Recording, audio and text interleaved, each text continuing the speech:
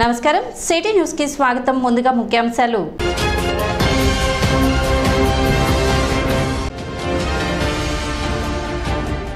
వ్యాపారులపై ఎటువంటి రాజకీయ ఒత్తిడులు లేకుండా చూస్తాం. The Tenali cloth merchants association ఆత్మీయ సమావేశంలో ఎన్డీఏ కూటమి అభ్యర్థి నాదెండ్ల మనోహర్ వెల్లడి.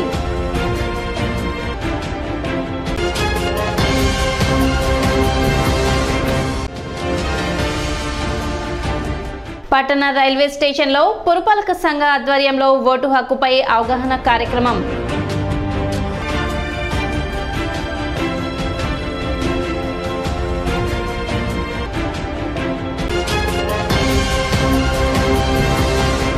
తెనాలి బార్ అసోసియేషన్ నూతన కార్యవర్గ ఎన్నిక శుక్రవారం జరిగింది. 2024-25కు గాను అసోసియేషన్ అధ్యక్షులుగా బేతాళ ప్రభాకర్, ఉపాధ్యక్షులుగా అన్నం పిన్నారావు, జనరల్ సెక్రటరీగా హరిదాస్ గౌరీశంకర్, జాయింట్ సెక్రటరీగా కిషోర్లు ఎన్నికయ్యారు.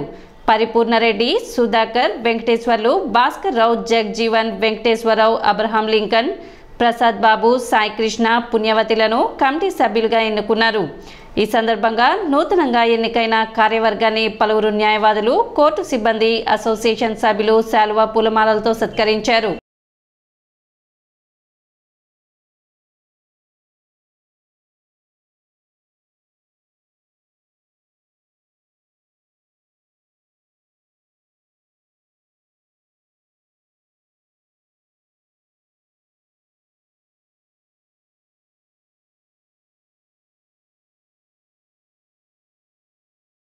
అసోసియేషన్లో జరిగినటువంటి ఎలక్షన్లో మొత్తం 338 ఓట్లు పోలవుగా దాంట్లో జనరల్ ప్రెసిడెంట్ గారికి 173 ఓట్లు అనగా ఒక 13 ఓట్ల ఆధిక్యతతోటి బేతాళ ప్రభాకర్ రావు గారు గెలవటం జరిగింది.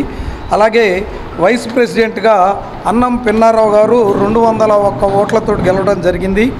అలాగే జనరల్ సెక్రటరీకి 3 పోటీ పడగా వారిలో హరిదాస్ గౌరీశంకర్ గారికి 137 ఓట్లు, హుసేన్ గారికి 76 ఓట్లు, రమేష్ బాబు నాయుడు కోటా గారికి 121 ఓట్లు రావడం జరిగింది. జాయింట్ సెక్రటరీగా అశోక్ కుమార్ గారు, అప్పాల్ కిషోర్ బాబు పోటీ చేయడం జరిగింది. వారిలో 270 ఓట్లతోటి కిషోర్ గెలవడం జరిగిందండి. జిల్లాలోనే రెండో బారుగా చెప్పుకోబడే మన తెనాలి బార్ అసోసియేషన్ నందు 2024-25 గాను ఎలక్షన్ జరిగింది.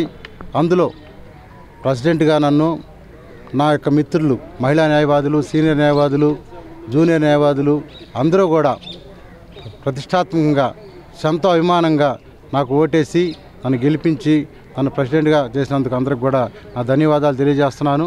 ఈ బార్లో మిగిలిపోయిన పనులు ఏవైతే ఉన్నాయో వాటిని పూర్తి చేసి అందుబాటులో తీసుకొచ్చి న్యాయవాదులకి సహకరిస్తానని, ప్రతి విషయంలో కూడా నా తోటి సీనియర్ న్యాయవాదులు, జూనియర్ న్యాయవాదులు వాళ్ళ సలహా మేరకు ఈ బార్ అభివృద్ధికి నేను తోడ్పడతాడని నేను మనవి చేసుకుంటున్నాను.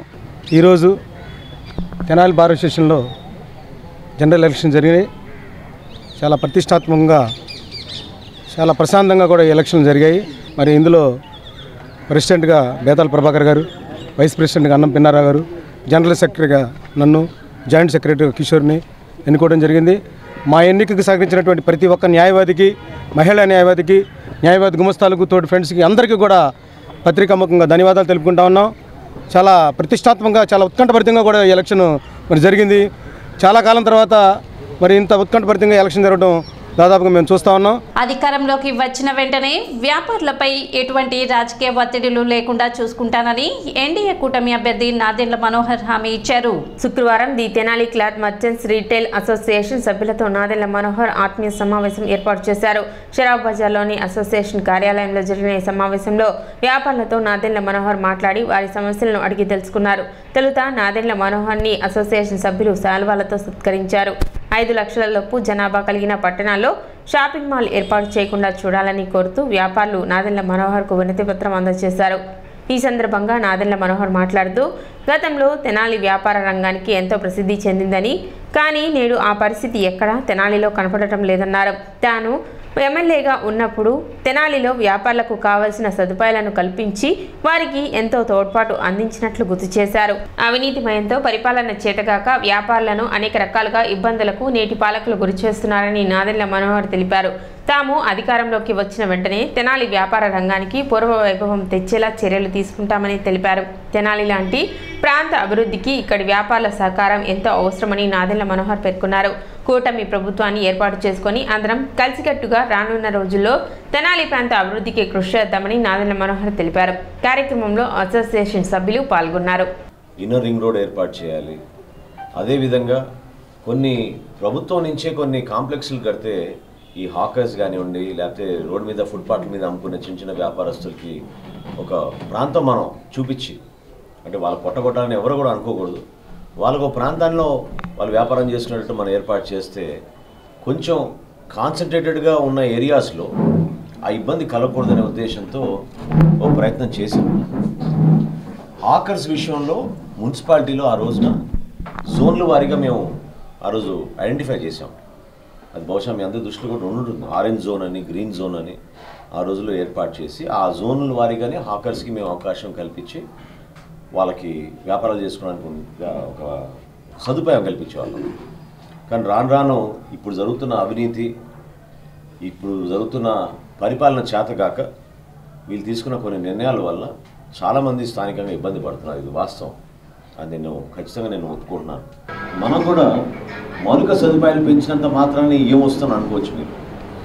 నేను ఇప్పుడే కాదు, నేను 2012లో 13లో ఎప్పుడైతే విభజన జరగబోతుందని స్పష్టంగా మనకు అర్థమైందో, విభజన చట్టంలోనే ఆ రోజున తెనాలి, గుంటూరు, మంగళగిరి, విజయవాడకి కనెక్టింగ్ మెట్రో ట్రైన్ ఏర్పాటు చేయాలని విభజన చట్టంలోనే ఆ రోజు పొందుపరిచాను. నేను నమ్మింది ఏంటంటే, మనకి ఇక్కడ వనరులు చూసి ఇతర ప్రాంతాల నుంచి వచ్చి ఇక్కడ స్థిరపడతారు. వాళ్ళు ప్రతిరోజు వాళ్ళకి చేసుకునే ఉద్యోగాలు కానివ్వండి, వ్యాపారాల కోసం కానివ్వండి, వాళ్ళు ఇతర పట్టణాలకు వెళ్తారు. కానీ స్థిరపడే మన తెనాలు, తద్వారా మీకు ఇక్కడ వ్యాపార అవకాశం పెరుగుతుంది, ఎక్కువ మంది ఇక్కడ వాళ్ళ ఫ్యామిలీస్తో నివసిస్తారు. అటువంటి వాతావరణం మనం కల్పించాలి వాళ్ళ కోసం అని మనం పార్క్స్ కానివ్వండి, రోడ్లు కానివ్వండి, అదేవిధంగా ఈ వ్యాపారాల్లో మీకు మెరుగైన అవకాశాలు, సదుపాయాలు కలగాలన్నప్పుడు మన పట్టణాన్ని కూడా మనం అభివృద్ధి చేయాలి. అది లేకపోతే జరగదు. ఎవరైనా గతంలో రేపటి నుంచి బస్సు ఎక్కి వచ్చి తెనాల్లో ఆగి బస్ స్టాండ్ దగ్గరే ఉన్న 4 కొట్ల దగ్గరికి వెళ్ళి సామాన్లు కొనుక్కొని మళ్ళీ తిరిగి వెళ్ళిపోయే పరిస్థితి ఉండేది. ఈరోజు అట్లా కాదు. కన్జ్యూమర్ అనే అతను కంపల్సరీగా చాయిస్ కోసం చూస్తాడు. ఏ షాప్కి వెళ్తే ఎక్కడ బాగుంటుంది, ఎక్కడికి వెళ్ళాలి, ఎవరి దగ్గర కొత్త సరుకులు ఉన్నాయి, ఎవరు మంచి ప్రైస్కి ఇస్తున్నారు, ఈ అంశాలపైన వాళ్ళు ఆలోచించినప్పుడు వాళ్ళకి అటువంటి ఫెసిలిటీస్ కూడా మనం క్రియేట్ చేయాలి. ఎంతో దౌర్భాగ్యం అంటే, మనకి ఈ రోజున ఎవరైనా పాపం దూర ప్రాంతాల నుంచి వస్తే కనీసం పబ్లిక్ టాయిలెట్స్ కూడా లేవు మనకి. మన ప్రాంతంలో చెంచుపేట నుంచి కాలినడకన వచ్చే వాళ్ళు రోడ్లు దాటడం చాలా ఇబ్బంది అవుతుందనే ఉద్దేశంతో ఫుట్ ఓవర్ బ్రిడ్జ్ అక్కడ చెంచుపేటలో ఎక్కితే ఎస్కలేటర్ ద్వారా మీరు నడుచుకుంటూ డైరెక్ట్గా మన మార్కెట్ సెంటర్ దగ్గర దిగేటట్టు ఒక మంచి డిజైన్ ఆ రోజు అద్భుతంగా తయారు చేయించేసాం. మౌలిక సదుపాయాల విషయంలో నేను మీకు చెప్తున్నాను. ఈరోజు బెంగళూరు లాంటి పట్టణంలోనే మంచినీటి సౌకర్యం లేకుండా అల్లాడుతున్నారు ప్రజలు. విజయవాడలో లేదు, గుంటూరులో లేదు, కానీ తెనాల్లో మాత్రం మనకి కృష్ణానది జలాలు ప్రకాశం బ్యారేజ్ నుంచి పైప్ లైన్ ద్వారా తెచ్చుకుని 2050 సంవత్సరం వరకు ఎక్కడ కూడా మనకి ఇబ్బంది కలగకుండా మనం ప్రతి ఇంటికి కొలా ఇచ్చే పరిస్థితి ఆ రోజు వేసిన పునాది. 100 కోట్ల రూపాయలతో ఆ రోజు ప్రారంభించుకున్నాం. ఈరోజు ఏ విధంగా ఉప్పు నీళ్ళు వచ్చేసి ఇబ్బంది పడుతున్నాయో మన ప్రాంతంలో వాటిని గమనిస్తే, ఆరోగ్య సమస్యలు తగ్గాలంటే మనకి మెరుగైన మంచినీటి సౌకర్యం కల్పించాలి. లా అండ్ ఆర్డర్ మెయింటైన్ చేయకపోతే ఆ పదవి అనేది దండుగ. ఆ పదవి కేవలం మన స్వార్థం కోసం, మన సెటిల్మెంట్ల కోసం, మన భూ కబ్జాల కోసం, లేకపోతే మన ఆలోచనల మేరకు కొంతమందికి ఉపయోగపడడానికి కోసం పదవి అలంకరణ మాత్రం చాలా పొరపాటు. ఈరోజు విచ్చలవిడిగా గంజాయి తెనాలి నగరంలో, తెనాలి నియోజకవర్గంలో అన్ని ప్రాంతాల్లో దొరుకుతుందంటే అది కేవలం లా అండ్ ఆర్డర్ విఫలమైనందుకే. మీరు స్ట్రిక్ట్గా ఉంటే పోలీస్ అధికారులతోటి మీరు ప్రతిరోజు సమీక్షించుకుంటూ ఉంటే ఆ పొరపాటు జరగదు, ఖచ్చితంగా జరగదు. మనమే 2 గ్యాంగులు పెంచేసి రాజకీయ కోణం నుంచి మనకి లబ్ధి కలుగుతుందనే ఉద్దేశంతో మనం పెంచుకుంటూ పోతే ఒక తరానికి మనం నష్టం కలిగిస్తున్నాం. అయితే ప్రస్తుతం ఉన్న మార్కెట్ పరిస్థితుల్లో ఆన్లైన్ బాగా ఎఫెక్ట్ ఉందండి. దానికి తోడు ఈ యొక్క పెద్ద పెద్ద మాల్స్ వచ్చేస్తున్నాయి. తెనాలి కెపాసిటీ 2 లక్షలు చిల్లర, మొత్తం ఇది జనాభా 2.5-3 లక్షలు చిల్లర. అయితే మా వైశాసుకున్న మేము ఏమనుకోవాలో తెలియదు, మాకు మేము తిట్టుకోకూడదు. 40,000 ఓట్లు ఉన్నాయి సార్. వైశాసి 40,000 ఓట్లు ఉన్నాయి తెనాల్లో. ఒక పట్టు మీద నుంచుని ఒకళ్ళని గెలిపించుకుంటే మనకి కావాల్సిన కోరికలు కానీ మనకు కావాల్సిన సౌకర్యాలు కానీ తీరతాయి. అది మా యొక్క విన్నపం మాత్రమే. ఈసారి మనకి సుపరిచితులు కాబట్టి వీరికి మనం సపోర్ట్ చేసి గెలిపిద్దామని మా యొక్క ఆశ. శుక్రవారం ప్రకటించిన ఇంటర్మీడియట్ పరీక్ష ఫలితాల్లో రైల్వే స్టేషన్ వద్ద గల వైష్ణవి కళాశాల విద్యార్థులు అద్భుత ఫలితాలు సాధించారు. ఈ సందర్భంగా విద్యార్థులను కళాశాల మేనేజ్మెంట్ అభినందించింది. ఇంటర్ ఫలితాల్లో రాష్ట్ర స్థాయిలో అత్యున్నత ర్యాంకులు సాధించడం పట్ల హర్షం వ్యక్తం చేశారు. ప్రకటించిన ఇంటర్మీడియట్ ఫలితాల్లో మా వైష్ణవి విద్యార్థులు మంచి ఫలితాలను సాధించారు. బిలో యావరేజ్ స్టూడెంట్గా మా దగ్గరికి వచ్చిన విద్యార్థి అబోవ్ యావరేజ్ స్టూడెంట్గా 98% వరకు మార్కులు సాధించారు. ఎంపీసీ విభాగంలో రాజరాజేశ్వరి, అదేవిధంగా బైపీసీ విభాగంలో లల్లు ప్రసాద్, సిఈసీలో శ్రీరామ్, రామచంద్ర వంటి విద్యార్థులు, సీనియర్ ఇంటర్లో ఏ శ్రీనివాసరావు లాంటి విద్యార్థులు అంతా కూడా మరి బిలో యావరేజ్గా మా వైష్ణవి కాలేజీలో చేరి అబోవ్ యావరేజ్ స్టూడెంట్గా మంచి మార్కులని సాధించారు.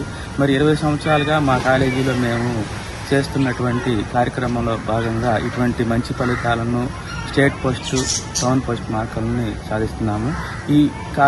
ఈ మార్కులు రావడానికి కారకులైనటువంటి మా విద్యార్థులకు, మా విద్యార్థుల తల్లిదండ్రులకు, మా అధ్యాపకులకు నా హృదయపూర్వక. విడుదల చేయబడినటువంటి intermediate board of Andhra Pradesh intermediate ఫలితాల్లో వైష్ణవి జూనియర్ కాలేజ్ తెనాలిలో ప్రఖ్యాతి కాంచినటువంటి వైష్ణవి జూనియర్ కాలేజీలో అద్భుతమైన ఫలితాలు సాధించడం జరిగింది. ఈవేళ ఫస్ట్ ఇయర్ ఎంపీసీ నుంచి రాజరాజేశ్వరి 470 మార్కులకు గాను 461 మార్కులు, అలాగే బైపీసీ లాలు ప్రసాద్ యాదవ్ 440 మార్కులకు గాను 430 మార్కులు సాధించడం జరిగింది. అలాగే సెకండ్ ఇయర్ విద్యార్థి ఎంపీసీ ఏవి శ్రీనివాసరావు 981 మార్కులు 1000 మార్కులకు గాను సాధించి విజయదుందుబి మోగించారు. అలాగే ఓవరాల్గా కూడా కాలేజీలో పాస్ పర్సంటేజ్ కూడా 94-96, ఫస్ట్ ఇయర్ 94, సెకండ్ ఇయర్ 96%తో పాస్ అవడం జరిగింది. గంగానమ్మపేటలోని శ్రీ మహిత అకాడమీ విద్యార్థులు శుక్రవారం విడుదలైన ఇంటర్ ఫలితాల్లో విజయకేతనం ఎగురవేశారు. ఇంటర్ మొదటి సంవత్సరం 93%, ద్వితీయ సంవత్సరం 7% పాస్ పర్సంటేజ్తో రాష్ట్ర స్థాయిలో మార్కులు సాధించారు.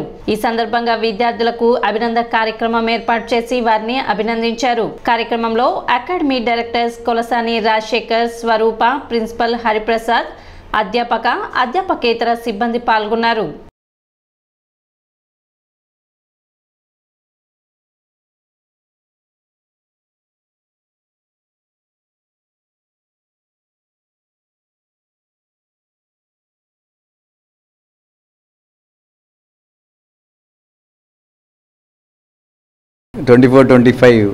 ఇంటర్మీడియట్ రిజల్ట్స్లో మా విద్యార్థులు మళ్ళీ ఘన విజయం సాధించారు.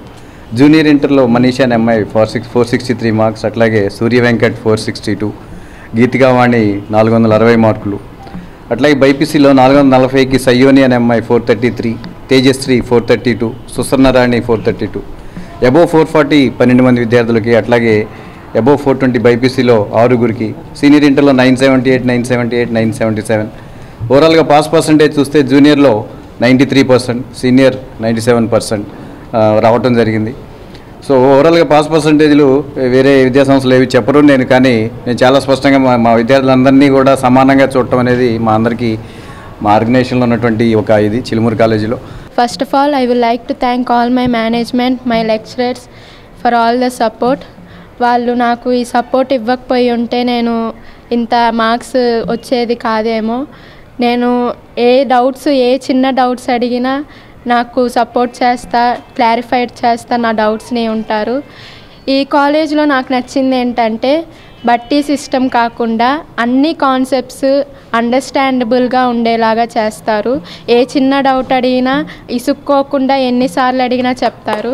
తెనాలి పట్టణ నాజర్పేటలో వేంచేసి ఉన్న గోపయ్య సమేత శ్రీలక్ష్మి తిరుపతమ్మ అమ్మవారి దేవస్థానం వద్ద అన్నదాన కార్యక్రమం నిర్వహించారు. అమ్మవారి తిరునాళ్ల మహోత్సవం సందర్భంగా జరిగిన అన్నదాన కార్యక్రమాన్ని కూటమి అభ్యర్థి నాదెండ్ల మనోహర్ ముఖ్య అతిథిగా పాల్గొని ప్రారంభించారు. తొలుత స్వామి అమ్మవార్లకు పూజలు నిర్వహించారు. అనంతరం భక్తులకు ఏర్పాటు చేసిన అన్నదాన కార్యక్రమం ప్రారంభించారు. కార్యక్రమంలో ప్రముఖ న్యాయవాదులు తాడిబోయిన శ్రీనివాసరావు, ఎంపీ భీమ్దేవ్, కన్నగంటి మురళి, గిరి గణేష్, నన్నపనేని రాంబాబు, కార్యక్రమం నిర్వాహకులు మునగ మహేష్, వెంకటేశ్వరమ్మ దంపతులతో పాటుగా మునగ నరసింహ, మునగ సాంబులు, మునగ శివ, కామినేని గోపి, తోట వెంకటేశ్వరరావు, శ్రీరామ్, సుభాష్ బాబు, షేక్ అఫ్రోజ్, అనంత్ మోహన్ తదితరులు పాల్గొన్నారు.